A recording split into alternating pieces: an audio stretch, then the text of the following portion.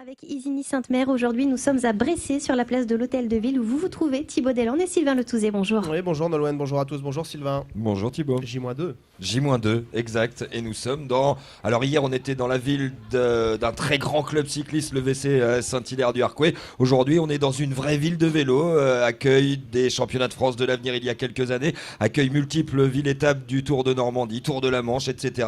Bref, une vraie ville où l'on aime le vélo et on l'a vu ce matin, on va rien vous cacher parce que ce matin quand on est arrivé il pleuvait, c'était désert et puis tout d'un coup dès qu'on a commencé à parler Tour de France et à parler vélo, le public est arrivé ici à Bressé. On est des fins connaisseurs ici et on sera encore plus fin connaisseur au 40e kilomètre si je ne m'abuse, tout pile de la 3e étape. Il n'en restera plus que 26,5 dans notre département. Ce sera lundi et Bressé sera évidemment en fête. En direct jusqu'à 13h, tout plein d'invités vont se succéder. On va évoquer plein de sujets différents. On parlera de foot parce qu'à Bressé, on parle évidemment de football et vous comprendrez pourquoi. On parlera cheval aussi, mais pas seulement de sport, tourisme. La vallée de la Cé se développe aussi. On va en parler. On parlera photovoltaïque, on parlera musique dans quelques secondes avec Pierre-Olivier Madeleine, l'un des organisateurs du festival Papillon de Nuit. Mais on parle de Bressé, bien sûr, aussi avec vous, monsieur le maire. Bonjour Bernard Trehet. Bonjour. Et merci de nous accueillir ici. Et merci d'être revenu, de nous avoir choisis.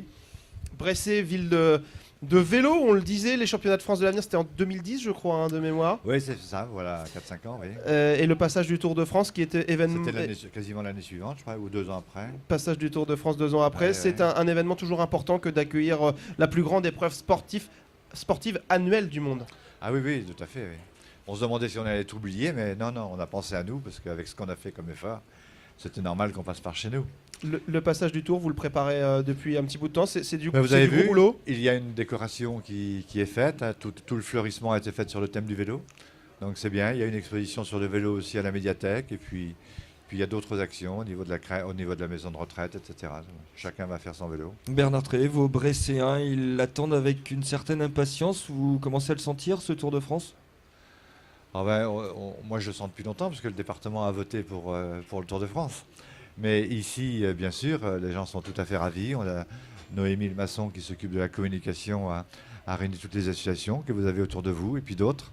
Et chacun s'est dit qu'ils allaient participer à l'animation, notamment lors du passage au Tour de France lundi prochain. Vous l'avez dit, Bernard Trehet, vous le sentez depuis longtemps parce que vous êtes au conseil départemental. Si je suis bien renseigné, je crois que je le suis bien, vous êtes vice-président en charge des économies. Pour le ministre du budget, c'est pas terrible par contre le passage du Tour de France. Alors, hier j'étais à l'économie, avant j'étais à la culture et maintenant je suis aux solidarités. Oui, c'est vrai. Mais je pense qu'il faut de temps en temps donner un clin d'œil sur le département. C'est aussi, bien sûr, quand on sait qu'il y a des difficultés financières un peu partout, mais c'est quand même une attractivité pour le département de la Manche. C'est vraiment une visibilité sur le département qui permet aussi de renforcer son attractivité. On a des problèmes d'attractivité dans le département de la Manche, donc c'est bien d'avoir ces 2 ou 3 jours, ces 3 jours même, d'événements. On va quitter Bressé quelques instants, on va prendre la direction de Saint-Laurent-de-Cuve si vous le voulez bien, parce Oui. qu'il y a un bon mois de cela se déroulait l'événement musical de l'année en Normandie et dans la Manche, le festival Papillon de Nuit. Bonjour Pierre-Olivier Madeleine. Bonjour. Vous êtes le représentant aujourd'hui de Roc-en-Bée et de ce festival Papillon de Nuit, puisque Patrice Hamelin ne pouvait pas être des nôtres. D'abord un bilan de cette édition 2016, un mois après. Un bilan qui est excellent, puisqu'on a accueilli un peu plus de 67 000 spectateurs pendant le week-end du festival. C'est pas une édition record, mais presque. Voilà, c'est un festival qui se stabilise aux alentours de 70 000 spectateurs et on est super ravis de cette édition. J'ai encore dans la tête le concert de Michel Polnareff qui était extraordinaire. Ouais, c'était vraiment un très beau concert pour terminer le festival de dimanche soir. Il était vraiment attendu au tournant et il a répondu présent. Vous travaillez déjà, j'imagine, sur l'édition 2017, dont on va rappeler les dates dans quelques instants. Ouais, ça sera pendant le week-end de la Pentecôte, les 2, 3, 4 juin 2017. On commence un tout petit peu à y travailler, mais là on se repose aussi, parce qu'on a beaucoup bossé il y a un mois, et on a encore un petit peu de bilan à faire. Finalement, il y a ça de commun avec le Tour de France. On prépare pendant presque un an, et ça dure 3 jours, ça passe à une vitesse phénoménale. Bah voilà, ouais, quand on est dedans, on a à peine le temps de s'en apercevoir. Papillon de Nuit, c'est une grosse machine, c'est une grosse organisation qu'il faut remettre en route chaque année. C'est presque un an de travail. Voilà, ça nous mobilise tout au long de l'année, nous et nos bénévoles, mais c'est aussi une belle aventure humaine qu'on a toujours plaisir à revivre chaque année. Donc évidemment, on ne donnera pas de nom d'artiste de l'édition 2017. Non, c'est un peu tôt encore. C'est encore un peu tôt. Mais je sais qu'il y a forcément déjà des discussions parce qu'il faut s'y prendre bien à l'avance.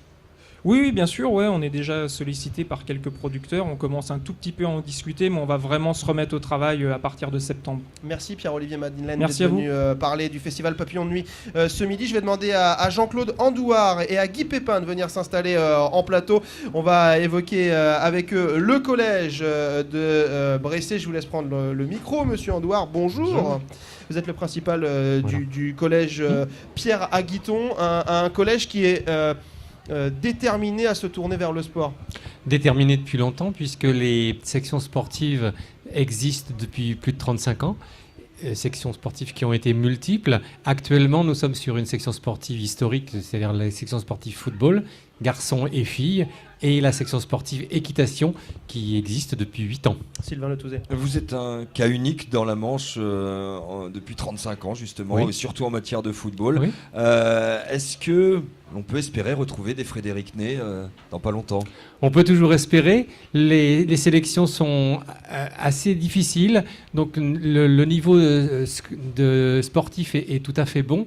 La preuve en est, ce sont les résultats qui cette année sont arrivés avec les demoiselles, avec un excellent niveau de filles, puisque les demoiselles ont brillé au championnat de France UNSS, et pour la première fois dans l'histoire des sections sportives à Bressé, elles ont obtenu la médaille de bronze au championnat de France UNSS. On quitte un instant le football avec une autre médaille. Celle-ci était en or et ça, c'était pour de l'équitation. Absolument. Donc la section sportive équitation, 2 semaines plus tard, a remporté pour la première fois la médaille d'or. Donc c'est un petit exploit pour nos 6 demoiselles qui sont allées dans l'académie de Metz pour remporter cette médaille. On est particulièrement heureux en une année d'avoir pu récompenser les demoiselles filles, les demoiselles footballeuses et les demoiselles cavalières. Un petit mot sur la suite des événements. Est-ce que d'autres sections sportives sont vouées à se développer ici à Bressé? Non, on est sur la stabilité. On est plutôt sur l'essor du football féminin. Actuellement, on est passé en 2 ans de 12 élèves à 22 élèves. On sera à 25 l'année prochaine, avec une augmentation aussi de qualité des demoiselles qui viennent. Et les garçons aussi sont tout à fait bons, mais on est plutôt sur l'essor du football féminin. Merci Jean-Claude Andouard d'être venu nous parler de votre collège, le collège Pierre Aguiton, dont on salue tous les élèves et l'ensemble du corps professoral et de tous les agents qui travaillent dans ce collège. Guy Pépin, vous êtes le président de l'association Bressé Commerce. Bonjour. Bonjour. Pour un commerce, d'avoir le passage du Tour de France, c'est important? Oui, c'est très important et on a déjà organisé en amont, lors de la foire Expo, un concours qui portait sur le Tour de France. Et puis là, comme vous avez pu le constater, les commerçants ont répondu présents en décorant leur vitrine avec des graphismes vraiment sur le Tour de France. J'ai posé la question dans toutes les villes, alors c'est qui a fait la plus belle vitrine? C'est qui a fait la plus belle vitrine? Je ne vais pas me prononcer pour la plus belle vitrine, car je risquerais de vexer certains et c'est pas le but. C'est pas mon but. Pour le président, c'est pas top. Pour le président, c'est pas top, voilà. Bon, évidemment, une association qui va vivre au rythme du passage de ce Tour de France lundi, mais qui vit tout au long de l'année. Parlez-nous un petit peu de votre asso. Vous êtes combien? Qu'est-ce que vous faites? Alors, l'association, nous sommes une bonne soixantaine d'adhérents pour 130 à 150 possibles. L'association organise en fin d'année une quinzaine commerciale. Et comme je disais tout à l'heure, au mois de mars, le 3e week-end de mars, une foire de printemps, qui cette année justement a rencontré avec une cinquantaine d'exposants, qui d'année en année augmente en nombre d'exposants. Donc ça c'est possible, c'est réalisable parce que la commune nous suit derrière au niveau des subventions et autres. Donc voilà, mais l'animation c'est surtout ça. Et on participe aussi avec le Vélo Club à un prix cycliste, le prix des commerçants qui a eu lieu là au mois de juin. Pardon. Donc il y a un vrai lien entre le vélo et les commerces. Les commerces seront tous ouverts lundi à l'occasion de ce passage? Les commerces tous ouverts lundi, j'ai demandé, mais ça tire Pas un petit sûr. peu, c'est pas sûr. Non, je peux pas me prononcer. Par contre, il y aura de l'animation sur la restauration qui sera ouverte. ça, c'est Bien sûr. Merci à vous, Guy Pépin, d'être venu nous parler des commerces ici à Bressé. Merci. Dans quelques instants, on va parler cheval avec Rémi André, Arnaud Marceau et Julien Richard qui vont nous rejoindre. On fait une courte pause et on se retrouve sur la route du Grand Départ en direct de Bressé, 2 jours avant le départ du Tour de France cycliste du Mont-Saint-Michel.